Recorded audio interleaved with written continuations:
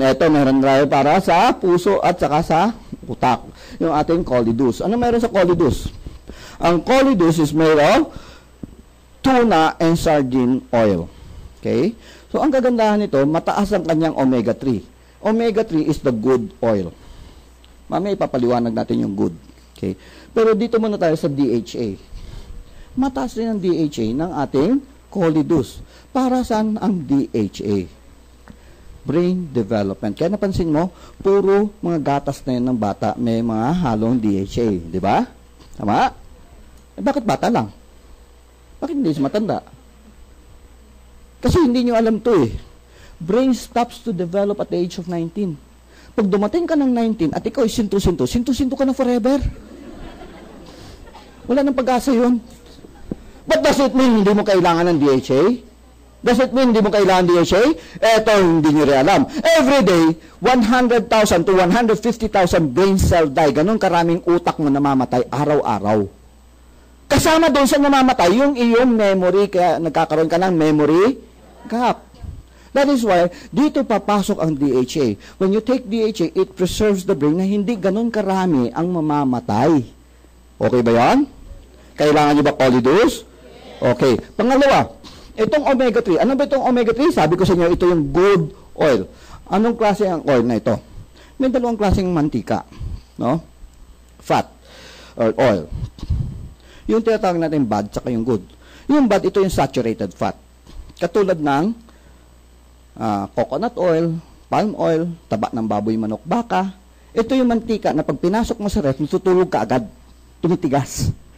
Okay? Yung good oil, ito yung olive oil, corn oil, sunflower oil, itong omega-3, no, fish oil, etc., etc. Ito yung malalaman mo, pag pinasok mo yan sa ref, lumalabo, pero hindi siya tumitigas. Ito yung good. So, anong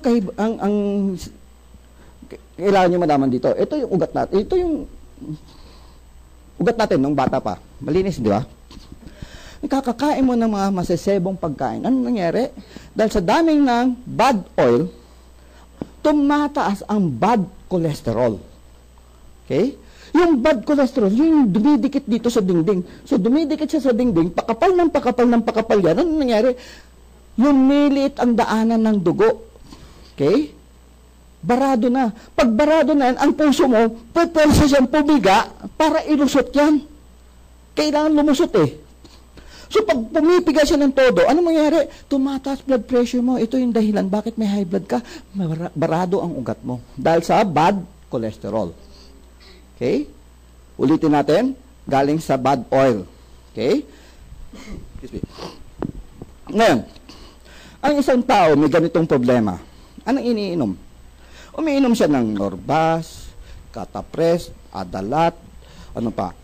Calci Black, Neo Black, Halo Black, tsaka Mono Black. Lahat ng black. Anong ginagawa ng gamot? Do you know what's the effect? Ito yung effect niya. Oh. Ito yung ugat mo. Pag uminom ka ng gamot, it will open. Mag-o-open siya. Luluwag. Kumbaga, mag-o-open siya. Pag nag-open siya, luluwag ang daanan ng dugo. Diba?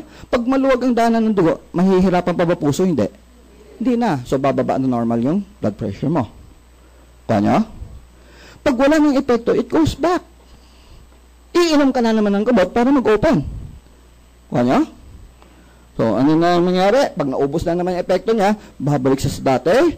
Anong mangyayari na naman? Iinom ka na naman. Hanggang kailan ka iinom ng gamot? Hanggang kailan? Wala ka na naman, pagpatay ka na, makakainom ka pa ba? Habang buhay, di ba? Kaya nga ang tawag natin, maintenance, di ba? Ngayon, anong ginagawa ng gamot na yon? Yun ba solusyon sa problema mo o yun ay remedyo lamang? Remedyo lamang yun. Kasi the moment you stop taking this medicine, posibleng atakihin ka sa puso at mamatay ka. Tama?